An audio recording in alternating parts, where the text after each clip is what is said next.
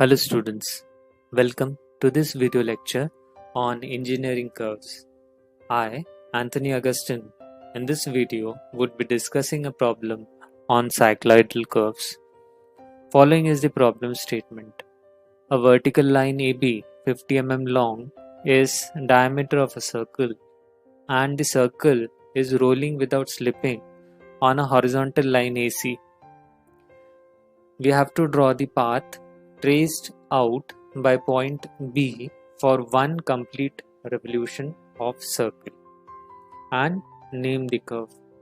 By definition, we know that such a point which lies on circle that is rolling on a horizontal without slipping is a cycloidal curve. So here the curve traced is a cycloid for which the diameter value, that is line AB, is 50 mm and the circumference we take it as 157 mm. This was found through calculation and we take it on line AC, which is tangent to the given circle. So the construction starts by drawing a circle with a diameter AB and drawing a tangent AC of 157 mm length, and then by construction we'll find the cycloidal curve which has the following nature. Now we move on to the actual problem solving, which starts with the drawing of horizontal line AC of length equal to circumference, that is 157 mm. So on point A, I'll be constructing a perpendicular to find point B. On this vertical, I use the compass with radius 25 to locate the center, and about the center I draw a circle. The intersection of the circle at the topmost point gives me the location of point B.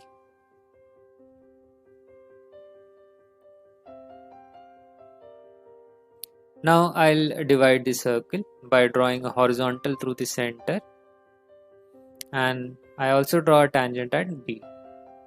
I divide using the same radius, marking arcs on either side of the vertical and horizontal diameter. I divide the whole circle into 12 equal parts, as can be seen. We can also use a protractor and mark 30-degree angles to divide the circle into 12 equal parts.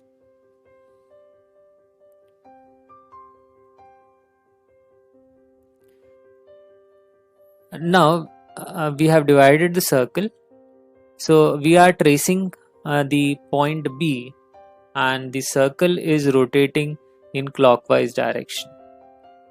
So we would be naming the divisions on the circle in clockwise direction. So I'll name 1, 2, 3, 4 accordingly up to point 12. Next, I'll divide the circumference line AC into 12 divisions by drawing a line at an acute angle of less than 90 degrees and taking 12 divisions of equal length on it. The last division, I'll join it with point C, and parallel to this line I'll draw lines through all the other divisions. So my line AC is divided into 12 equal parts, as can be seen.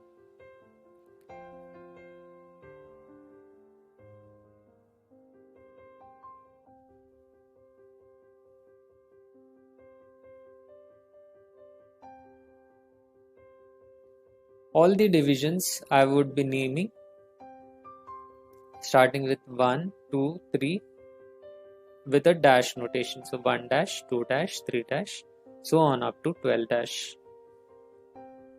So these divisions represent the distance travelled horizontal by the circle through 12 steps. So for each small travel, I would have the center of the circle located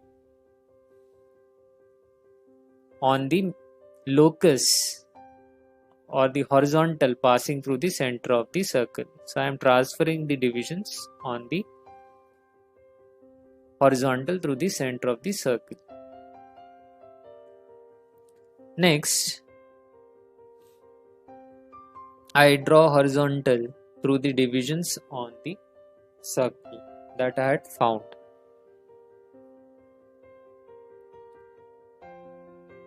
Now I'll be using compass to first find the location and then transfer the position as it is onto the horizontal line using centers. So this is the circle with a radius of 25 on my compass I have taken. So C0, 0 is the position.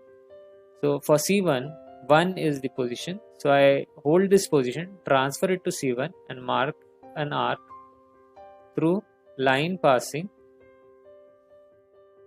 from point 1. So I mark it P1.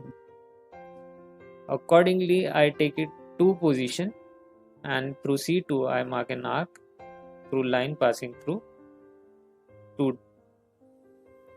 So I am finding the corresponding arcs. So remember, I am tracing path B, so I should be naming B1, B2, B3 accordingly. So this is the 4th position. I transfer it to C4, center 4, and draw an arc through the horizontal line passing through 4. So I am taking positions on the circle. So this is the 5th position. Transfer it to C5, marking an arc on horizontal to C5. I take the position on my compass for C6, which is vertical, so I can directly mark it.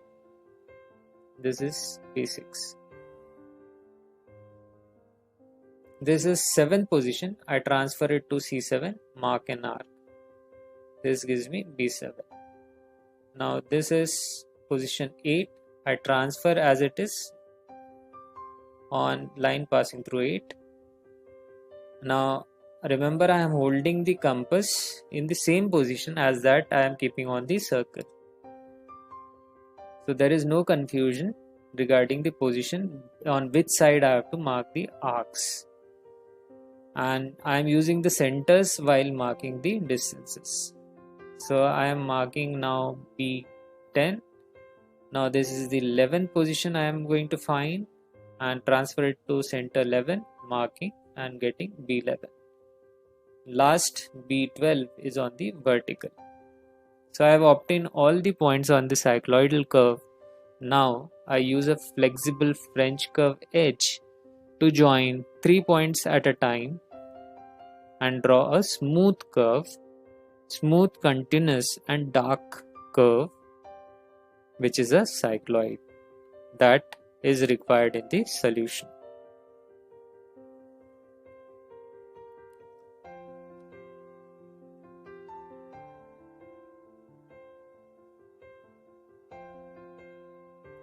So this is the final solution, and I should provide the name of the curve, that is cycloid.